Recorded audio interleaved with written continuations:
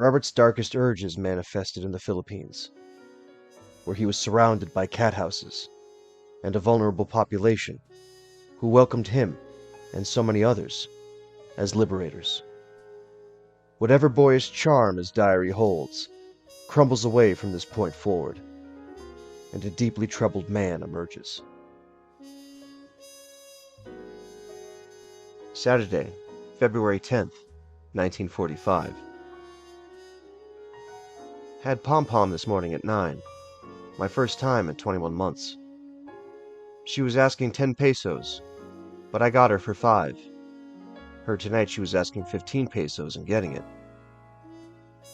Robert is referring to pom-pom girls, which is slang for a lady of the evening. A friend of any GI with 10 pesos.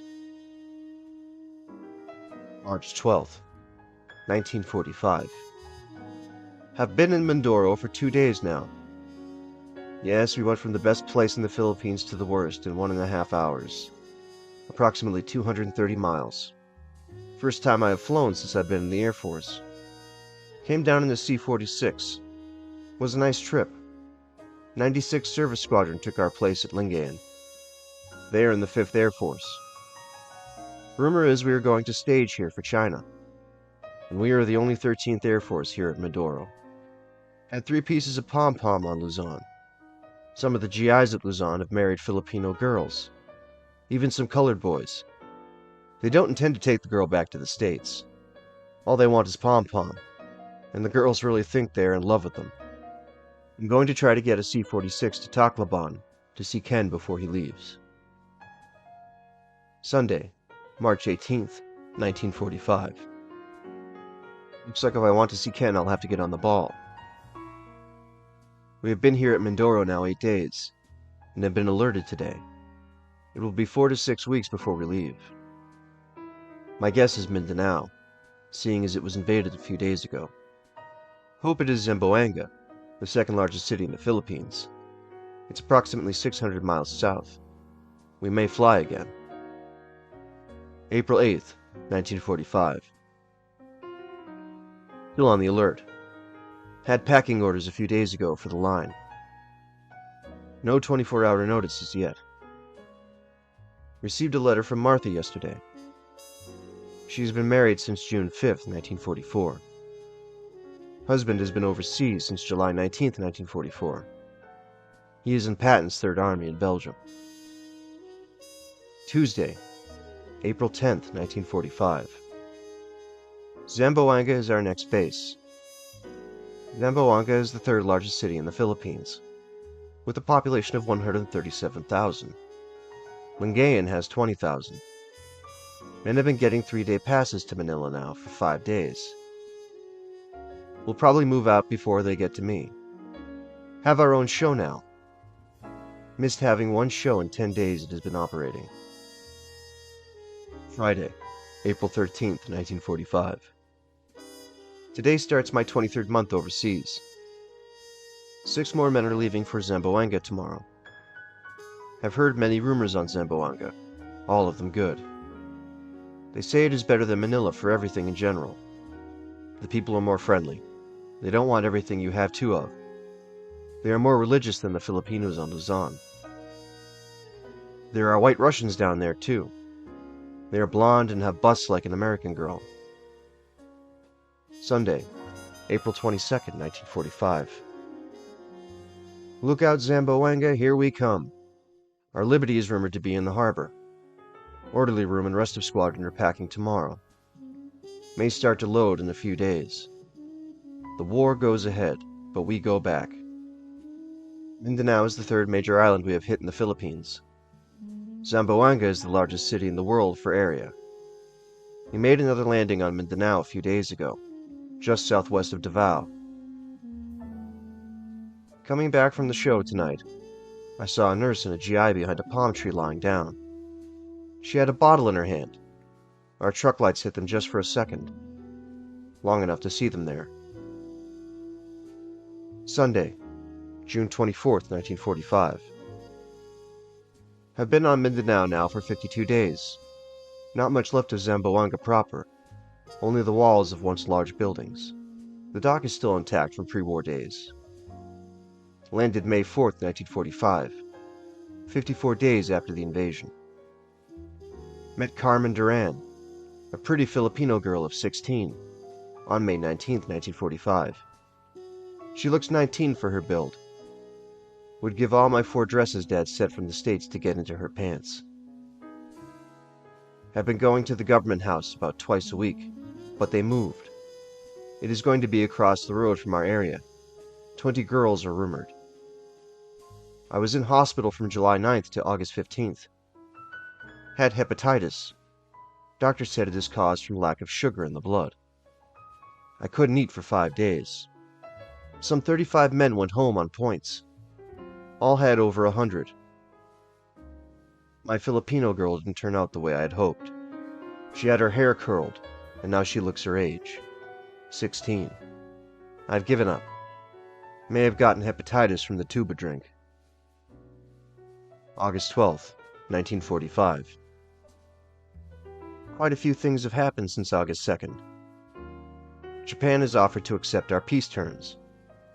This happened Friday, August 10th, 1945. The U.S. took their surrender Sunday, August 12th, 1945.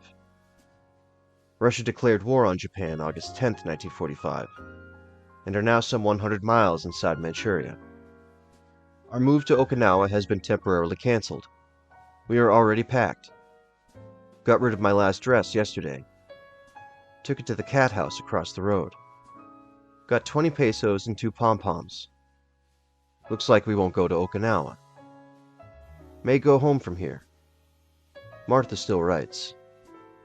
Signs off with please write soon. EJ Day, Wednesday, August 15th, 1945. President Truman announced this morning at 8 a.m. that the unconditional surrender of Japan has been confirmed. This afternoon at 3, the men went to work loading the boat. October 1st, 1945. Slept with Betty, the madame of the cat house. Went 4 times. October 4th, 1945.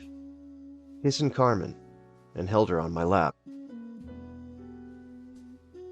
October 5th, 1945. For 4 months men have been saying, "When are you going home, Bob?"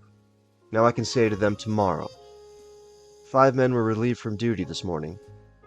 Now that I know it has finally come, it all seems like a dream. If it's still true tomorrow, then I'll know that this is no dream. Slept with Betty last night. Can that girl pom-pom? It will be a nice memory from Zamboanga, if I don't get nothing. October 7th, 1945. We left Zamboanga yesterday at 9:10 a.m. and came back at 10 a.m. The right engine threw an oil leak about 30 minutes out. Don't think we weren't sweating it out. Oil just came out in a steady flow. We were standing by this morning. May get the 18th Fighters P-47s. Have been here at Tacloban now since Monday, October 8th. Flew up in mail plane Monday or we wouldn't be here now. 600 men left for home yesterday. My priority number is 7324. They're in the 4704 now. The girls around here are more stateside than Zamboanga. They don't call them business houses. They call them whorehouses. Met a sharp girl yesterday who lives across from the Red Cross in town. The only thing wrong is she's married. Or is that okay? Got my campaign ribbon at 4 stars. November 6, 1945. Today is approximately 1 month since I have come to this hellhole of Leyte. About 800 men have gone home in the last 2 weeks. Men are bitching more every day. Saw Carmen, but her mother just wouldn't leave us alone long enough. When she left the room, I would just be getting started, and out would come Mom. November 21st, 1945. 800 men left yesterday for home. Am now only 188 men behind. All the low point men are gone. They cleaned out the 557th completely. Most of my buddies are gone. I found a shack-up girl in Tacloban. Went 3 times, but she didn't go once. She still was the same next day. Guess she just likes me. Tuesday, November 27th, 1945. Have been on USS Langford since Sunday. 864 men were shipped out from the 137th Sunday. Flew up with my flip girl Saturday. Had to leave at 5 a.m. to get back to the depot by 6:30 for roll call. Just did make it, too. Only went one time with Asun, but it was the best intercourse I have had overseas. I was even surprised at myself for having so much control. I stayed up half an hour. I know she was satisfied, because she rolled over and went sound asleep. I made 3 laps. She really did get after that. I touched for I could feel it. Captain of the ship said, "By God's willing, we will be in Frisco at the dock by 2 p.m. Monday, December 10th. A distance of 6,301 miles. Average speed of 15 to 17 kilometers. Should be home and out of the Army by December 20th, 1945. Wednesday, November 28th, 1945. 7 p.m. Just going into the Marianas group of islands, going between Pagan and Alamagan, are about 100 north of Saipan. Sailed across the dateline December 3rd. Have gone 1/4 of the way home. It's hard to believe that after almost 3 years you are going home. I saw very little of the States while I was back there. I'm going to try and make up for it when I do get home. May even stay in the Army Air Forces and fly from state to state. It would cost me a fortune to do it in civilian life.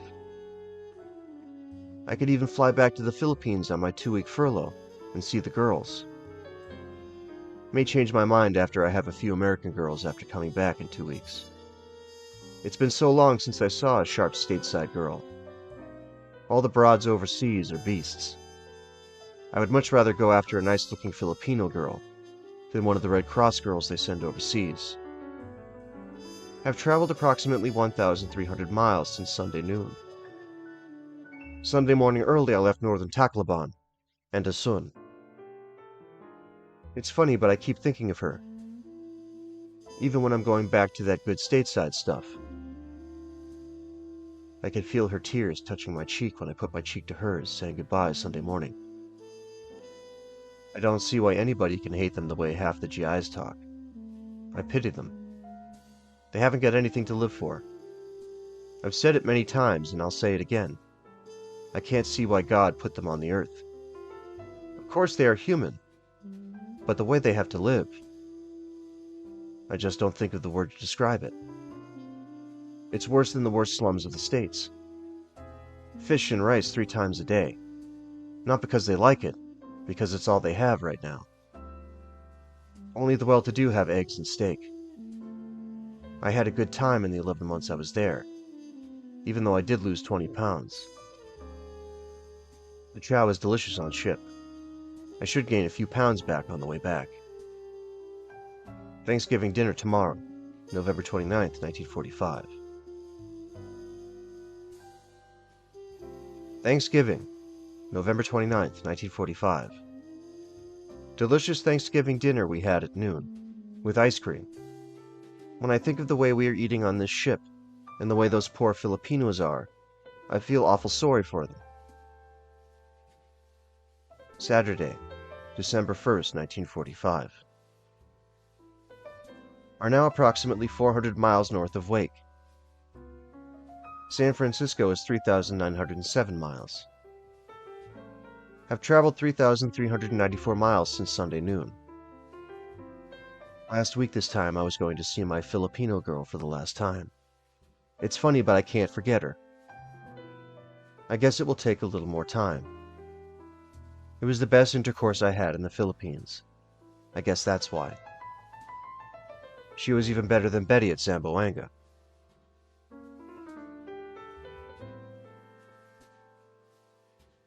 Carmen Duran, a 16-year-old girl, became Robert's first known victim.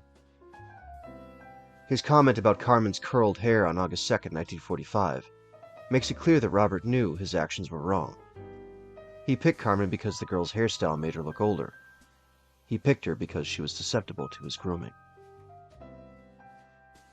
The USS Langford arrived in San Francisco on December 10th and 10 days later Robert was discharged from the Army Air Corps. He returned to his family home at 95 Harris Street in Harrisburg, and moved back in with his parents. By 1950, Robert was working as an engineer for Harrisburg's WHP radio. And in 1951, Robert met Marcella E. Henke, a woman with questionable taste in men who had just finished her third divorce. They were married after a whirlwind romance, but all was not well. By April of 1951, Robert was single again, and he had his eyes set on another victim.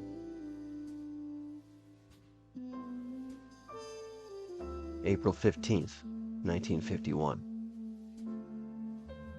Going to start again after 6 years. Don't really know how to start as there is so much to make up. But as I think of them, we'll put them in. First off, I am still single, but in love, and with a 16-year-old. She did love me at one time, or she thought she loved me. How can a 16-year-old really know what love is? Do I know what it is? Sometimes I wonder. It's been over 2 years now I've known Joan, and I feel more for her every day. She has given me more heartaches in the last 3 months than I have ever had in my life. But I still love her. Maybe I won't love her as time goes by. But if this is really love, I will love her all my life. Don't know if I did the right thing Friday night or not, but I'm glad I got it off my mind. Go back 4 months, around Christmas, it really started. Joan wanted more freedom, and I can't blame her. Who wants to be tied down to one guy at 16? I don't know what it is, but in the last 5 years I have come to believe in God more than usual. This is what I did. I knew she was doing no good, and I thought the worst.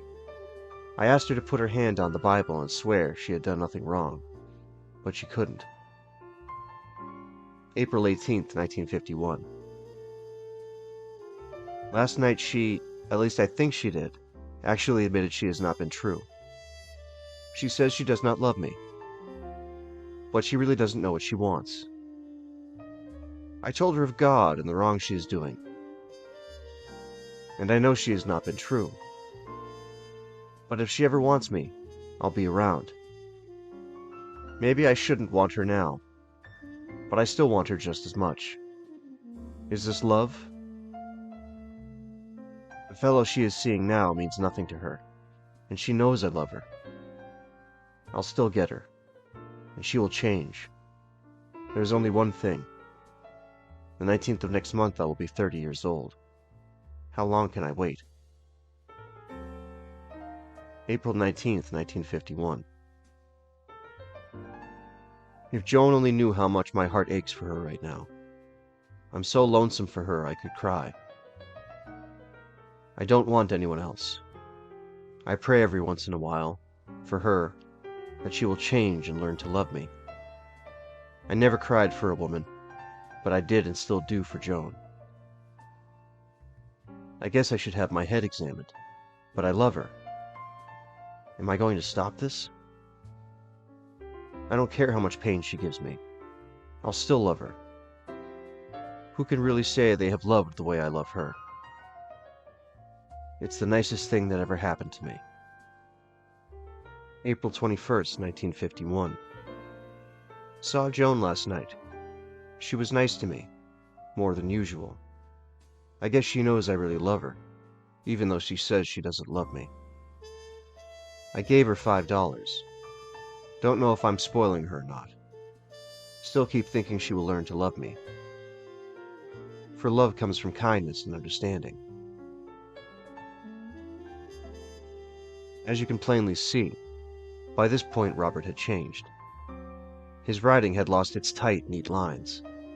It had grown sloppy and hurried, as if written in a moment of frenzy. And worst of all, he had found a new way to groom his victims. Religion. The manipulation and warped thinking on full display in these final entries helped paint a grim picture, and one can only hope that Joan was able to escape him in the end. By 1961, Robert was still single, living with his parents, and employed by WHP Radio. He remained an engineer at WHP until 1966, when his father, Elmer Whitey Groft, finally retired after working 21 years as a cab driver in Harrisburg. Wishing to enjoy his twilight years, Whitey and his wife moved to Orlando, Florida in May, and Robert tagged along. Whitey's peaceful retirement was brief. Just a few months later, he passed away on July 28, 1966, and his body was returned to Harrisburg for burial. Robert and his mother moved to Titusville shortly after Whitey passed, and they lived together until her own death on October 28, 1977. Whether or not Robert worked at all during those years is not known, but his mental state was growing worse, and his sick desires were still present.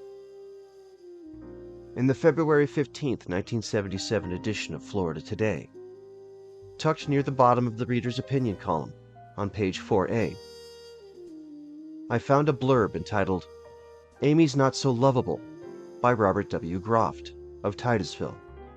It reads, "So help me, if I see one more picture of lovable little Amy in your newspaper, I'm going to cancel and subscribe to the New York Times. When are you going to print some news?" This bizarre note was followed by another just 1 month later. "Amy's Photo Irks Reader," by Robert W. Groft of Titusville. "Well, you really went and did it this time, didn't you? You put Amy's picture on the front page, no less. Even though, thank goodness, her back was to the camera. Cancel my subscription immediately. At least she won't be on page 1 of the New York Times. If you ever get back to printing some news, let me know." Who was this Amy that Robert found not so lovable? It just so happened to be 10-year-old Amy Carter, the president's daughter. These photos obviously excited him, and he may have been fighting the urges his sick mind craved, lashing out at the paper for publishing what he considered enticing pictures. Whatever his reasoning, it's clear that Robert's mental health was in decline.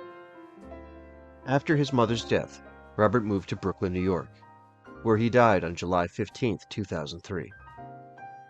Robert's body was returned to Harrisburg, Pennsylvania, and he was buried in Mount Olivet Cemetery, next to his father Whitey. When I think of everything I've learned of Robert, I see a wasted life, a sad life. While so many other veterans were starting families and charting their own paths in the world, Robert Groft clung to his parents, worked a dead-end job, and obsessed over little girls. Robert knew he was a predator. He knew he was harming these children, and it didn't seem to bother him that much. An introspective comment Robert made on January 20th, 1945, is just one of several that makes this painfully clear. "I guess I'm a wolf at heart."